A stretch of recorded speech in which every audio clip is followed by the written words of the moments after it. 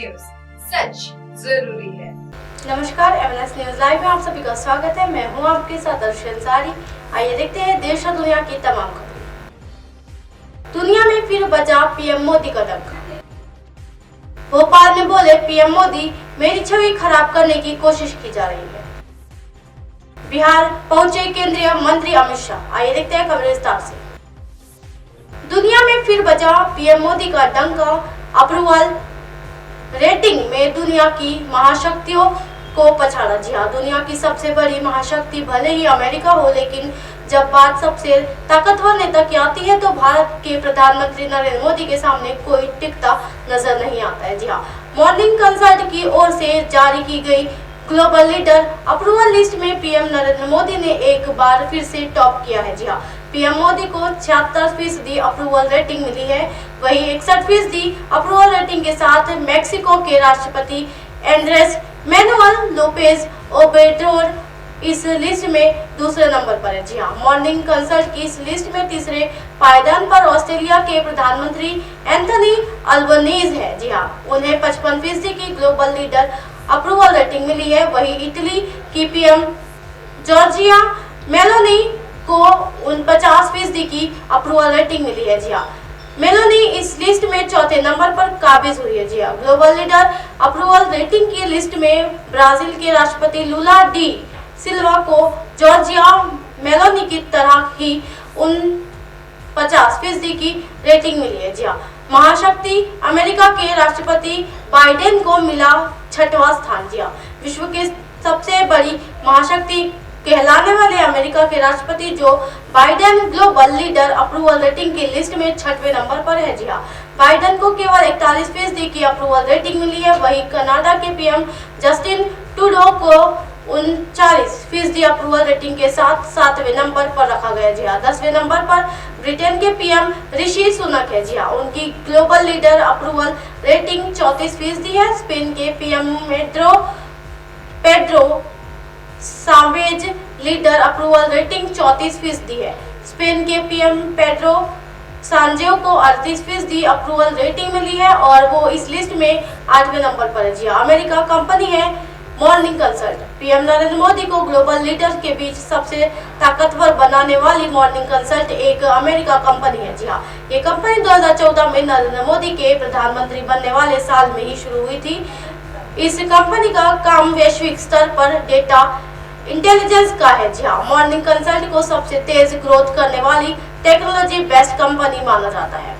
भोपाल में बोले पीएम मोदी, मेरी छवि खराब करने की कोशिश की जा रही है। जी हाँ, प्रधानमंत्री नरेंद्र मोदी ने शनिवार को विपक्षी कांग्रेस पर परोक्ष रूप से हमला करते हुए उस पर उनकी छवि खराब करने का प्रयास करने का आरोप लगाया। जी हाँ, उन्होंने कहा कि उनकी छवि खराब करने का प्रयास 2014 से ही किया जा रहा है, जब भारत की जनता ने उन्हें प्रधानमंत्री चुना। मोदी ने ये टिप्पणी भोपाल में की, जहां उन्होंने शहर के अपने दिन भर के दौरे के दौरान रानी कमलापति रेलवे स्टेशन पर 11वीं semi high speed Vande Bharat train की झंडी दिखाकर रवाना किया। जी हाँ, मध्य प्रदेश की लिए ये पहली वंदे भारत एक्सप्रेस है जो भोपाल और नई दिल्ली के बीच चलेगी। जी हाँ, मोदी ने कहा, कुछ लोगों ने मेरी छवि खराब करने का संकल्प लिया है और ये 2014 से ही ऐसा प्रयास कर रहे हैं। जी हाँ, इनमें से कुछ देश के भीतर कर रहे हैं तो कुछ बाहर से इन लोगों का समर्थन कर रहे हैं, लेकिन इस देश के लोग मेरे सुरक्षा चक्र है। जी हाँ, प्रधानमंत्री ने लोगों के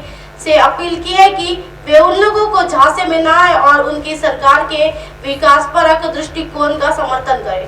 कांग्रेस और उसके नेता राहुल गांधी पर प्रहार किया, जिन्होंने उनके यानी मोदी और बिजनेस टाइकून गौतम अडानी के बीच संबंधों पर सवाल उठाया था। प्रधानमंत्री ने कहा कि उनके विरोधी यानी कांग्रेस और राहुल गांधी रोज उन पर हमले कर रहे हैं। जी हाँ, उन्होंने कहा, लेकिन मैं मध्य प्रदेश के लोगों से एक आग्रह करूंगा कि वे विकास की दृष्टि के लिए अपना समर्थन जारी रखें और झूठे जाल में न फंसे। जी हाँ, देश के विकास में मध्य प्रदेश की महत्वपूर्ण भूमिका है। इस बीच उन्होंने कई दशकों तक सत्ता में रहने के बावजूद भारत की रेलवे कनेक्टिविटी को अपग्रेड नहीं करने के लिए भी कांग्रेस की आलोचना की। जी हाँ, उन्होंने कहा कि भारतीय रेलवे को 2014 से पहले केवल 600 करोड़ रुपए का बजट मिला था, जो अब बढ़कर 13,000 करोड़ रुपए हो गया। जी हाँ, मोदी ने कहा ये कांग्रेस और भाजपा सरकारों के बीच बुनियादी अंतर है। जी हाँ, आजादी के बाद हमें भारतीय रेलवे का एक सेटअप मॉडल मिला है और इसे अपडेट करने की आवश्यकता है। जी हाँ, हालांकि पिछली सरकारों ने केवल एक परिवार यानी गांधी परिवार को खुश रखने पर ध्यान केंद्रित किया।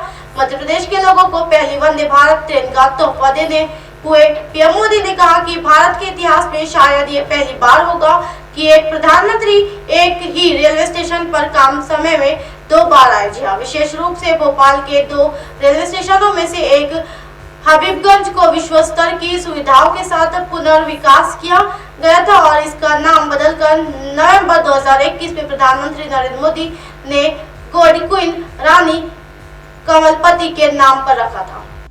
बिहार पहुंचे केंद्रीय मंत्री अमित शाह, एसएसबी मुख्यालय के भूमि पूजन के साथ देंगे ये बड़ी सौगात। जी हाँ, केंद्रीय मंत्री अमित शाह जो बिहार में है, पटना में सशस्त्र सीमा बल यानी एसएसबी के लिए विभिन्न कार्यक्रमों का उद्घाटन करेंगे। सत्तारूढ़ जदयू द्वारा पिछले साल अगस्त में भाजपा से नाता तोड़ने के बाद ये अमित शाह का राज्य का 4था दौरा होगा। जी हाँ, शाह पटना के दीपा में एसएसबी के विभिन्न कार्यक्रमों की आधारशिला भी रखेंगे। दोपहर 2 बजे नवादा से हिसुआ में जनसभा को संबोधित करेंगे। विशेष रूप से शाह का बिहार के रोहतास में सासाराम का दौरा जिले में झड़पों की बाद धारा 144 लागू होने के कारण रद्द किया गया है। जी हाँ, केंद्रीय गृह मंत्री अमित शाह एक कार्यक्रम के लिए सासाराम आने वाले थे, क्योंकि बिहार सरकार ने धारा 144 लागू कर दी थी, इसलिए हमें कार्यक्रम रद्द करना पड़ा था। जी हाँ,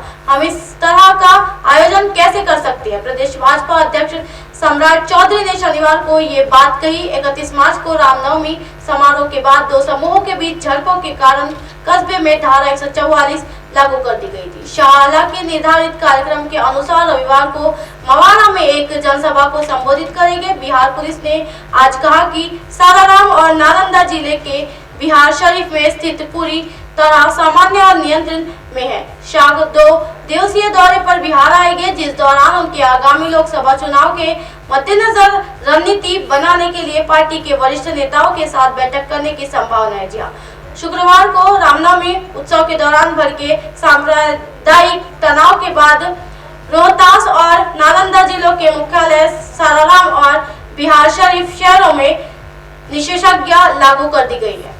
अब आप हमारे चैनल को आपके मोबाइल पर भी देख सकते हैं। मोबाइल ऐप पर देखने के लिए प्ले स्टोर से MNS news TV app download करें।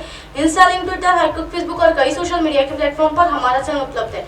आप इसे यूट्यूब पर भी देख सकते हो। आप हमारे चैनल को लाइव भी देख सकते हो www.mnsnews.com पर। फिलहाल वक्त तो चलो दर्शकों ब्रेक का। ब्रेक से लौटने के बाद देखिएगा देश और दुनिया की तमाम खबरें। बने रहिए एमएनएस न्यूज पर। नमस्कार।